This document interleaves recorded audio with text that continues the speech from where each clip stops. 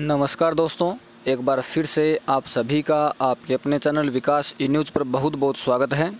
दोस्तों, आप सभी को मालूम है कि कल 9 सितंबर के दिन सबसे बड़ा खुशी का दिन था उन सभी एएनएम बहनों के लिए जिन्होंने महिला स्वास्थ्य कार्यकर्ता का फॉर्म भरा था और काफ़ी समय से उस लिस्ट का इंतज़ार कर रहे थे जिसमें उनका नाम लिखा हुआ था। और फाइनली कल 9 सितंबर को वो लिस्ट जारी हो गई। काफ़ी बहनों का उसमें नाम आ गया। सभी बहनें बहुत खुश हैं क्योंकि उनका नाम उस लिस्ट में आ गया है। अभी 1.5 गुना अभ्यर्थियों को उस लिस्ट में बुलाया गया है और उन सभी तमाम बहनों को बधाई जिनका नाम भी उस लिस्ट में आया है, जिनका चयन इसमें होने वाला है। उन सभी को पहले से ही अग्रिम और बधाई और शुभकामनाएं आप सभी को।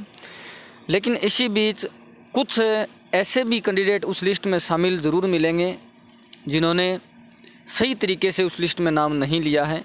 तो ऐसे कैंडिडेट्स के लिए खबर है, वीडियो पूरा देखना है, कहीं पर भी स्किप नहीं करना है। चैनल को आप सब्सक्राइब कर दीजिए, बेल आइकन को प्रेस कर दीजिए। महिला स्वास्थ्य कार्यकर्ता जितने भी कैंडिडेट हैं उन सभी को सबसे पहले विकास ई न्यूज़ की तरफ से बहुत बहुत बधाई और बहुत बहुत शुभकामनाएं। लेकिन यदि किसी कैंडिडेट ने फॉर्म भरते समय आपको मालूम है कि लगभग कैंडिडेट का जो चयन इसमें हुआ है वो आपके अनुभव के वजह से हुआ है, क्योंकि अनुभव के आपको बोनस अंक इसमें मिलते हैं और अनुभव की वजह से आपका इसमें चयन हुआ है। और यदि किसी ने इसमें गलत तरीके से अपना अनुभव प्रमाण पत्र बनाया है तो उनके रिगार्डिंग जो व्हाट्सएप ग्रुप है, जो टेलीग्राम ग्रुप है, उनमें काफ़ी ज़्यादा मैसेज वायरल हो रहे हैं। और किसी ने यदि गलती से बनवा लिया या फिर किसी ने गलत तरीके से उस फॉर्म में लिख दिया तो एक बार ये वीडियो पूरा देख लीजिएगा। हो सकता है आप थोड़ा वीडियो देखने के बाद आपको मालूम चले कि आपके साथ क्या क्या हो सकता है यदि किसी ने कुछ गलत किया है। तो वो कहते हैं, हिंदी में कहावत है, सांच को आंच नहीं। इसका मतलब जिस कैंडिडेट के बिल्कुल सही है डॉक्यूमेंट्स वगैरह, जिसने अपना पूरा फॉर्म एकदम सही भरा है और जो योग्य कैंडिडेट है उसको घबराने की आवश्यकता नहीं है, ना ही उसको चिंता करने की आवश्यकता है। डरने की सिर्फ उन्हीं को ज़रूरत है जिन्होंने किसी न किसी प्रकार की गलती की है। तो व्हाट्सएप ग्रुप में जो से मैसेज रिप्लाई जो भी मैसेज वायरल हो रहे हैं वो दिखा देता हूँ। एएनएम सिस्टर्स ध्यान दें, अगर किसी ने फर्जी अनुभव लगाकर फॉर्म भरा है तो उनकी खैर नहीं इस बार। ये देखिए, इस प्रकार के मैसेज व्हाट्सएप में आ रहे हैं। जो फर्जी स्टूडेंट निकल रहे हैं उसका रजिस्ट्रेशन कैंसिल कर रहे हैं। देखिए, जो भी डॉक्यूमेंट वेरिफिकेशन करवाने के लिए फर्जी कैंडिडेट, नर्सिंग ऑफिसर में भी ऐसा ही हुआ था, आगे आने वाली भर्तियों में भी ऐसा ही होगा। और यदि इस महिला स्वास्थ्य कार्यकर्ता में भी कोई कैंडिडेट ऐसा यदि मिलता है तो उनके साथ भी ऐसा ही हो रहा है। रजिस्ट्रेशन उनका कैंसिल किया जा रहा है, साथ ही एफआईआर भी दर्ज हो रही है और भविष्य में कभी भी ना तो वो नौकरी लग सकता है, ना प्राइवेट में ना ही गवर्नमेंट में। ये बात भी ग्रुप में मैसेज की जा रही है। और साथ ही ज़मानत के लिए भी घर वालों को बुलाया जा रहा है। ज़मानत आपकी जब जेल हो जाती है, जेल भी इसमें हो सकती है, ये भी बात मेंशन कर रखी है। ज़मानत के लिए घर वालों को बुलाया जा रहा है। तो डॉक्यूमेंट वेरिफिकेशन लिस्ट में अपना नाम यदि आपका नाम आया है, आप बिल्कुल सही हैं, योग्य कैंडिडेट हैं, आपके डॉक्यूमेंट वगैरह सारे सही हैं, तो आपको चिंता करने की आवश्यकता नहीं है। डरना सिर्फ उन्हीं को है जिन्होंने डॉक्यूमेंट किसी तरीके से गलत तरीके से बनवाया है। और गलती से अगर किसी फर्जी का नाम आ गया तो सोच समझकर वेरिफिकेशन करवाने जाना है। कोई भी फर्जी नहीं बचेगा। इस बार सभी एएनएम बहनों से निवेदन है, अगर कोई किसी तरीके से आपको फर्जी का पता चलता है बस यह अवगत करवाएं ताकि कोई भी फर्जी नौकरी न लग सके और योग्य जो व्यक्ति है, योग्य जो कैंडिडेट है, सिर्फ उन्हीं का चयन हो सके।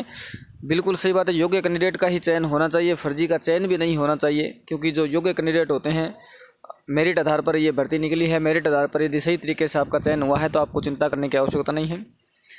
इसी बीच यदि हम एक बात और करें, मान लीजिए किसी तरीके से आपने फर्जी प्रमाण पत्र से लग भी गए नौकरी, समझ कर देखना इस बात को। मान लीजिए फर्जी प्रमाण पत्र से आप नौकरी लग भी गए, आपको ज्वाइनिंग भी मिल गई, आप काम भी कर रहे हैं।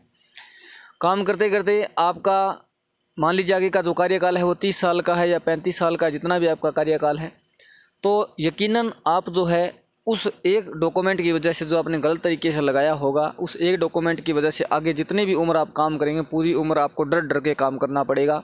और डर यही रहेगा, हर बार हर समय आपके मन में डर यही रहेगा कि मेरा वो डॉक्यूमेंट सामने न आ जाए जो आपने गलत तरीके से बनाया है। यही डर आपके मन में बना रहेगा। और आपके मान लीजिए ये जो बात है, किसी रिलेटिव को या नज़दीक वाले को तो पता ही होती है कि आपने कैसे क्या बनवाया है या किससे बनवाया है। हो सकता है सभी को पता ना हो, लेकिन किसी न किसी को तो पता ही होता है।